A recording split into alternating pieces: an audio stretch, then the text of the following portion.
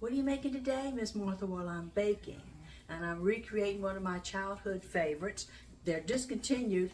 This box, don't look at the expiration date. It's out of date, and everybody knows this is one of my hideaways, and I just keep it in there so I can see it because it reminds me of my past. But don't eat it because it's out of date. But I'm going to be making Danish wedding cookies. Yeah, sometimes you get old, you save stuff. Don't haunt me about the fact that in the back of my refrigerator, I got a tab, and everybody knows don't touch Miss Martha's tab. Yeah, discontinued. I haven't been able to, I have experimented with colors and adding things to it, and I haven't been able to recreate that taste of tab because it's got that cancer causing phenylactoline in it. So, we're probably better off without it, but it was one of my favorite drinks growing up. Now, as for the Danish wedding cookies, you'll see a lot of different recipes in cookbooks and online. Now that we have online, but when I was little, there wasn't a thing as online. We just had cookbooks. But you would see lots of recipes for it, and they leave out some of the main ingredients, which are coconut and chocolate chips. People don't realize that when they're recreating them. You'll see them. They're just doing the pecan sandy kind of recipe. That we used to make those too. We called them sands. We rolled them out little crescent shapes, and then after they were baked, they were rolled in powdered sugar, and they were called sands. But I'm going to make the real Danish wedding cookies. Believe me, if you make the recipe yourself, you'll think it tastes just like them. I'm going to go through the list of ingredients that I have here, and then I'll meet you over at the mixer. Obviously, you're going to have your baking sheets covered with parchment paper, and your oven's going to be preheated to 400 degrees. Let me move this out the way. We're going to be using our stand mixer. Let me move that out the way for right now. We're going to start off with, there's no eggs, there's no granulated sugar, there's no baking powder, there's no baking soda in this recipe. Inside the recipe, inside the cookie, there's 10x sugar, and there's also, you have to have extra 10x sugar because you're going to use that for rolling the cookie after it's cooled off just a little bit, still warm out of the oven. But you've got your 10x sugar, you've got your margarine, coconut oil, vanilla extract, coconut extract. You also have regular all-purpose flour, a little salt, a little ground cinnamon. You've got pecan flour, chopped pecans, and miniature chocolate chips. So I'm going to get everything organized, and we'll pick up over there at the stand mixer. Okay, we're over here at the mixer now. I've got my margarine, my 10x sugar, and my coconut oil in the stand mixer. And cream that, and then we'll add in, this is my all-purpose flour, my pecan flour, and my cinnamon salt. I'll go in little bit by little bit once it's creamed. And then we'll add in the vanilla extract, coconut flavoring, chips and nuts. Easy. It's a bunch of rolling from that point. Rolling, smacking into little cookies, flat like little cookies. Don't fault me for saving a box of what the cookies look like, or the container that was the tab. People save things. I know my husband's got some engine oil out there from 1943. It was a can that belonged to his daddy. It hadn't been opened. So people save things. I can do one better than that. My mother was one of 14, 11 survived. Some of them died early in childbirth, but there were like 11 siblings with her growing up out there on the farm in North Carolina. And the oldest sister was Lillian, but they called her Sissy. So I didn't call her Aunt Lillian, I called her Sissy. But Sissy had one of her deceased pet parakeets in her deep freeze for like 15 years. Until one day, when she was really old and getting a little senile there, my mama was over there washing and rolling her hair for her. She kind of snuck threw that bird away because she said it creeped her out. Every time she'd go in and bring her over some soup, and we'd put it in the freezer so she'd have some food to eat for the next week. So, yeah, people say weird things. All right, let's add our flour.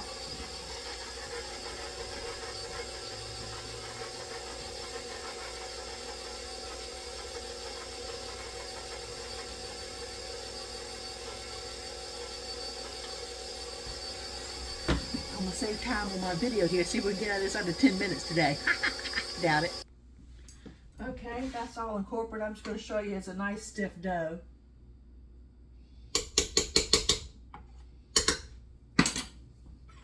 Let's add in our 1/2 teaspoon vanilla. 1/2 teaspoon coconut. Let that finish beating away. We're going to add the chocolate chips and the pecans in the hand.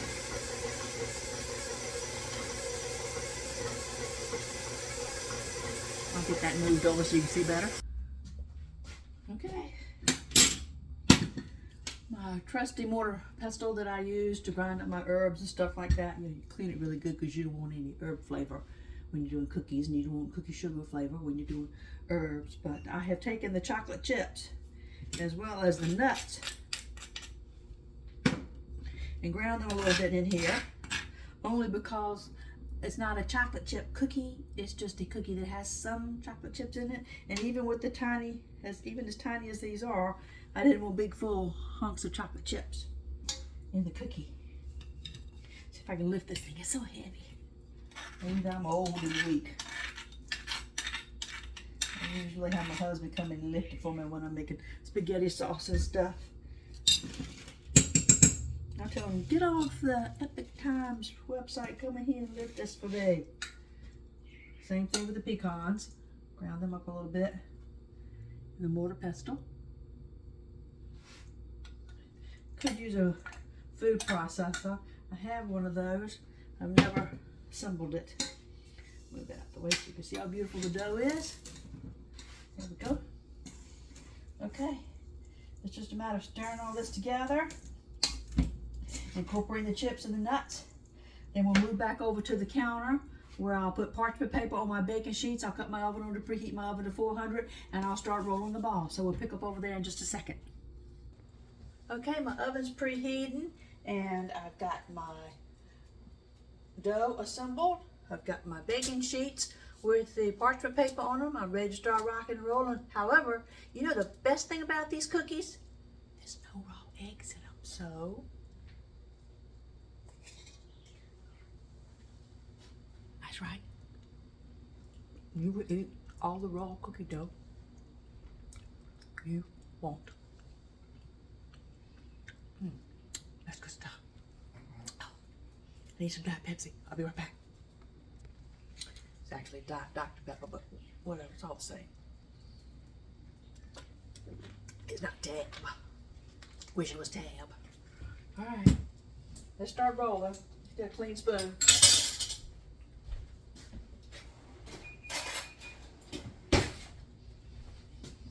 Now, you know, from the original cookie, they're small.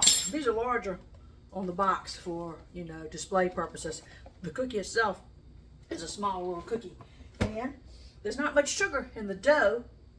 Most of the sugar is in the powdered sugar that's going on the outside of the cookie. So it's not an overly sweet cookie because that kind of evens and balances things out. You want to keep them small. So you can portion out a teaspoon of cookie dough, roll it in your hands. That's bigger than what I want. I want a smaller cookie. I want a bite-sized cookie. This is, even though it's small, can you tell this is a 2-bite cookie to me? See the size of my head, size of the cookie? So I'm going to get 2 cookies out of 1 teaspoon. Roll them into a little ball. So they are a little bit bigger than the size of a Whopper candy. In your palm of your hand, you're going to flatten it out. Smooth the little edges so it doesn't crack and stays a nice little round cookie. That's 1. We're going to be at this for a while. I'm judging I got about 60 cookies or more.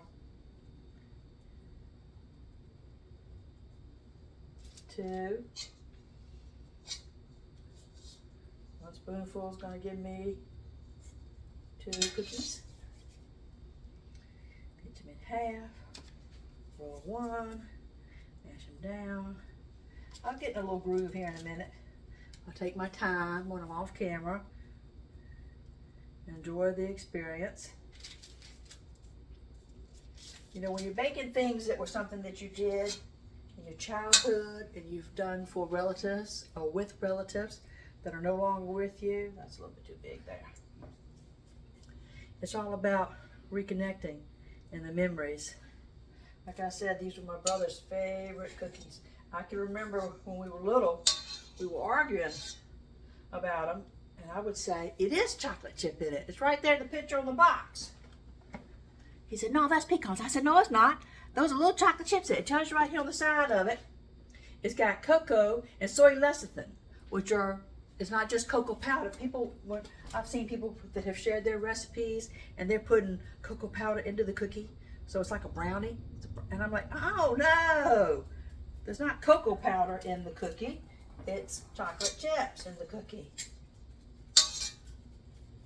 Well, if I'm gonna try to keep this under 10 minutes, oh, I'm already over 10 minutes. I knew I wasn't gonna keep it under 10 minutes. I'll go ahead and pause it, and I'll finish rolling all these out. Now, when I bake the first batch, it's only gonna take like less than 10 minutes. It takes like 8 minutes for them to be in the oven. So I could be over here and I could be sitting here trying to roll some for the, while those are baking, get stuff ready. But when they come out, even if I've got the whole next tray ready to go in, I can't put it in and bake them batch to batch, because these come off the parchment paper, go on paper towels to cool just a little bit. Not, get down to room temperature, but just cool enough so they don't melt the sugar. And then you have to take one cookie at a time and dredge them through your powdered sugar, and so it will coat. If they're still warm enough, it will stick to them. If they're too cold, then the powdered sugar won't coat to them very well. So I will be spending too much time trying to take the warm cookies and be putting them through. It'll ding and they'll be ready. I can't. It'd be too complicated. So that'll just have to wait. And I'm not in any kind of rush today. It's early in the day. It's barely 12 o'clock. It's barely lunchtime right now. So I got all afternoon to do these cookies. So I'll go at my own pace. I will let these bake when I finish the whole tray's worth. I'll let them cool a little bit. We'll pick back up, and I'll show you how I'm rolling them in the powdered sugar. And then I'll pause for you guys so you can take a break from Miss Martha and go about your day. And then I'll pick back up when I have them all ready, and you can see them in all their glory. And I'll show you how delicious the cookie is. It was my brother's favorite cookie. He's no longer with us, and it is still my favorite cookie. It hits on all marks. It's got nuts, it's got chocolate, and it's not too sweet. So it's perfect for all age groups. We'll pick back up. I'd be remiss if I didn't give you one of my little secrets here. While these are baking, you always do a test cookie while you're rolling all your stuff out, because you need to know if it's going to spread out too much. You put too much grease, you need to add more flour. If it's just sitting there like a little hard rock when you bring it out, you got to add a little bit more oil to it. So yeah, I baked one. It cooled a little bit. If you see, they don't change in size that much. They stay the size because there's no baking powder, there's no baking soda to make them rise in the oven. I did notice I didn't put parchment paper on just a little tiny little cookie sheet. I was using just to do this one. So I moved my rack up to the second rack from the top because I don't want them to brown too much on the bottom. Gorgeous cookies.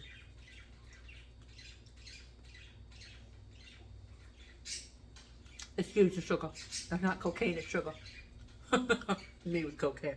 That's ridiculous. We'll pick back up. Got one pan done, working on the second pan, and it's my feet are starting to hurt standing here, sitting here trying to pinch off two out of each one. So, here's a tip.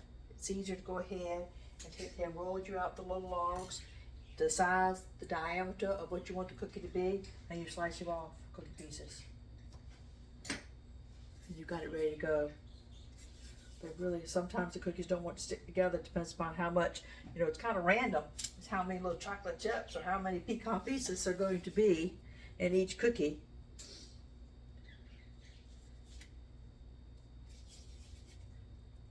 Okay, that's a lot easier than sitting there and pinching off each bite-sized morsel. I'll finish these up, put them in the bake. All right, I basically got 14 dozen out of that recipe. I'm a little bit shy because Bob came in and ate about 6 of them. We were grabbing them all. I'm like, what are you doing? Haven't you baked them yet? He goes, they don't need to be baked. They're delicious just like this. And I'm like, no, they have to be baked first. So that's a thumbs up right there from my husband. I'm going to put the first batch in. I've got the rack moved up higher to the top of the oven, second rack, second rung down. in the oven so they won't burn on the bottom. My temperature, since it's been preheating so long, I've been taking me an hour and a half to roll these cookies. I've turned it down to 380 because the 400 has just been blasted away for an hour on a preheated oven, and I don't want to burn the bottom of my cookies. So we'll put them in the oven now, and I'll watch them at 8 minutes, but I'm going to check them at 6. Okay, cookies are out.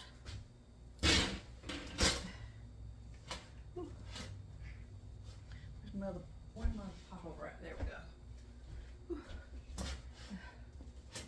I don't want to put the other ones in yet because I'm afraid I might be tied up into sugar coating these when they beep, and I don't want to burn these. It's been an hour. People tell you it takes 20 minutes to make these cookies. Bull. I call bull on that. I've been rolling for an hour and a half to make these 14 dozen cookies here. So I'm not going to burn a single penny, not a single one of them. Here they are right here though. As long as they're on parchment paper, that's the bottom. Look at that perfect golden brown. That's the top. Perfect. Now I've just got to get them off of the baking sheet. Cool.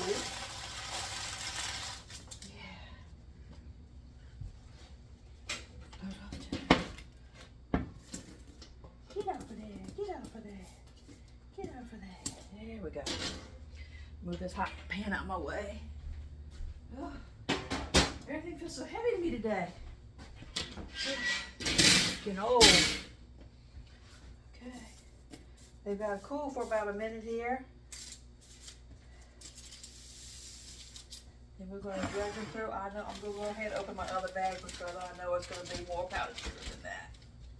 Remember, we're making the classic Danish wed cookies. Don't look at the expiration date on that box. I know these are gone bad, but I've seen Good Mythical Morning. I've seen them open 40-year-old candy and eat it. Maybe I'm gonna save them back and my son sell them on eBay 30, 50 years from now. All right, we'll pick back up in a second when these, well, about 2 minutes when these have cooled. Okay, let's make it snow. So you don't get copyright infringement by calling them Danish wedding cookies like the Keebler Elf. I call mine snowballs. But they're Danish wedding cookies.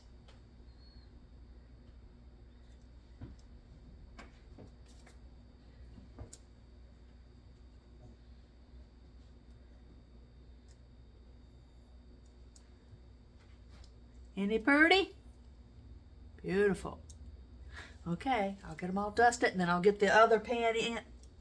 You know I'm going to eat this one as soon as I pause this camera, don't you? I'm going to get them all dusted. I'll get the other tray in, and then I'll let you see them all in their glory. Yeah, I know you want to eat one too. Okay, second batch coming out.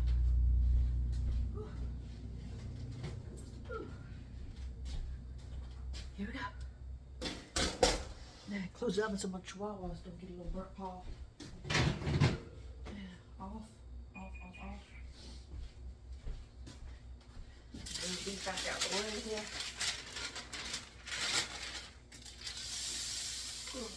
Alright, don't burn your finger, Miss Martha.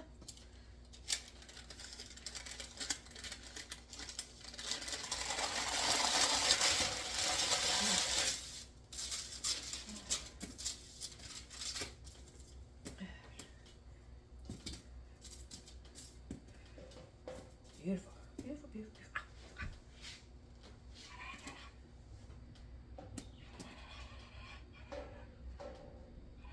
Okay. Get this out of the way.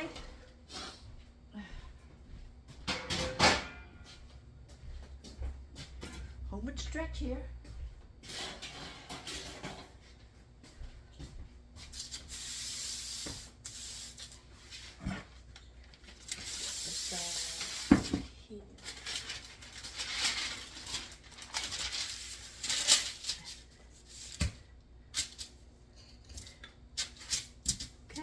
Just got to powder sugar coat these, and that's the end of the work on the Danish wedding cookies for the day. As you can see, they don't rise or spread out. Keep them golden brown on your bottom. You listen to them. They're more like a English biscuit. People call their cookies biscuits over there, I think. It's just a matter of powdered sugar coating these, and we're done. Would you like to see one in the middle? Break one open. Can you see how beautiful that cookie looks? I'm gonna tell you how beautiful that cookie tastes.